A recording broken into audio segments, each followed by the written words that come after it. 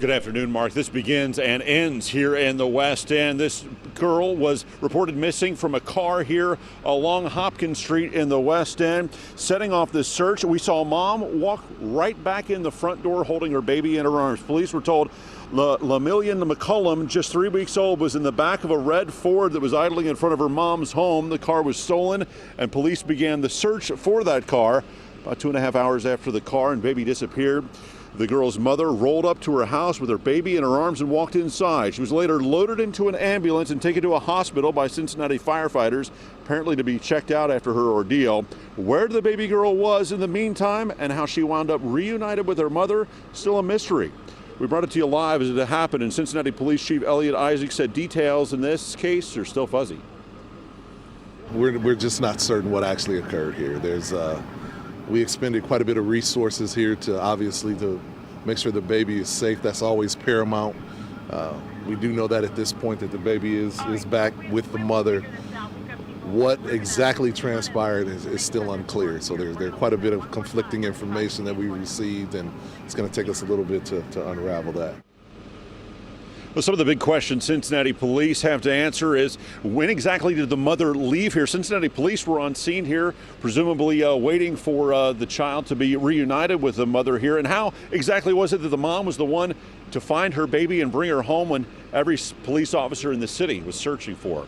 Reporting live, Andrew Setters, WLWT News 5. Andrew, thank you. Cincinnati police had a quick response to this incident, actively searching for the missing baby. WLWT News 5's Brian Hamrick has more on the investigation outside police headquarters. Brian. Well, here's what we know about the suspects. All four are juveniles. All four are in custody. 3 of them are being questioned at District 3, another being questioned by CIS. Now, here's how it all happened, at least what police know about this. It began on Hopkins Street. Now, investigators say someone knew the suspect and knew that they took the car. They also knew they were headed to Western Hills High School. Now, acting on that information, police were patrolling that area and spotted the stolen car. It took off, then it crashed. The 3 suspects ran from the car. They were caught. Now, none of them were the person who was believed to have stolen that car. So meanwhile, police, they're getting tips about this baby, that it was dropped at a Walmart nearby. They got some other tips. None of those panned out. The baby, it was found right back where the whole thing started, at the mother's house on Hopkins. And the suspect who stole the car, well, he was found on Hopkins too, at a separate address. He apparently lives in that vicinity as well. He was located and arrested back on Hopkins Street in the West End area. So at some point he gets in the car, he goes with the car, but he ends up back at Hopkins Street where you say he lives there? He lives in that area, is my understanding. That's correct. And then how did the car get in the hands of the 3 other suspects? Still don't know.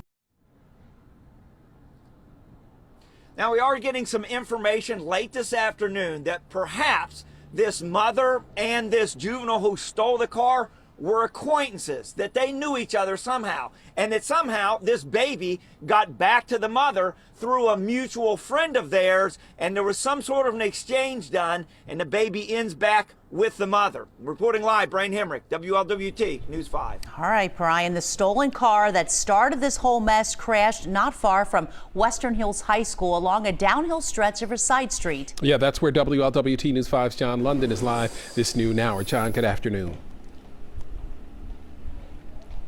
Yeah, the red Ford that came barreling down Prosperity Place, Mark and Lisa, and crashed, as you can see here, from one sidewalk to another, ending up just beyond the black vehicle that you see there, jolting the neighborhood into a sudden police investigation. Here's a look at the car itself where it crashed. 3 doors ajar. You can see the path it took, taking out a small tree, damaging wooden steps, spreading debris all over. Police caught some suspects as they ran. One neighbor figures the padlocked fence he put up might have slowed them and helped police catch them. Folks here say speeding cars, some of them stolen, siphoning of gas, and drug dealing in cars are problems along this stretch of street. For this morning, though, their thoughts were not about the crash, but the child. That was my main concern. I was out here looking. I went out and back, looked around the back of my house, looked underneath my cars.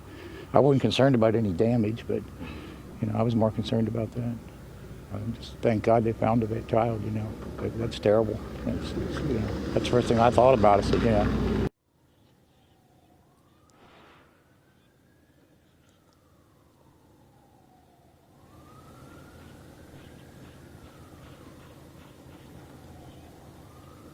And as you look live once again at the street, we're told Prosperity Place has seen its share of stolen car crashes along here, but nothing on the order of or the magnitude of the kind of situation they had today where a baby's whereabouts and safety hung in the balance. Reporting live on the west side, John London, WLWT News 5.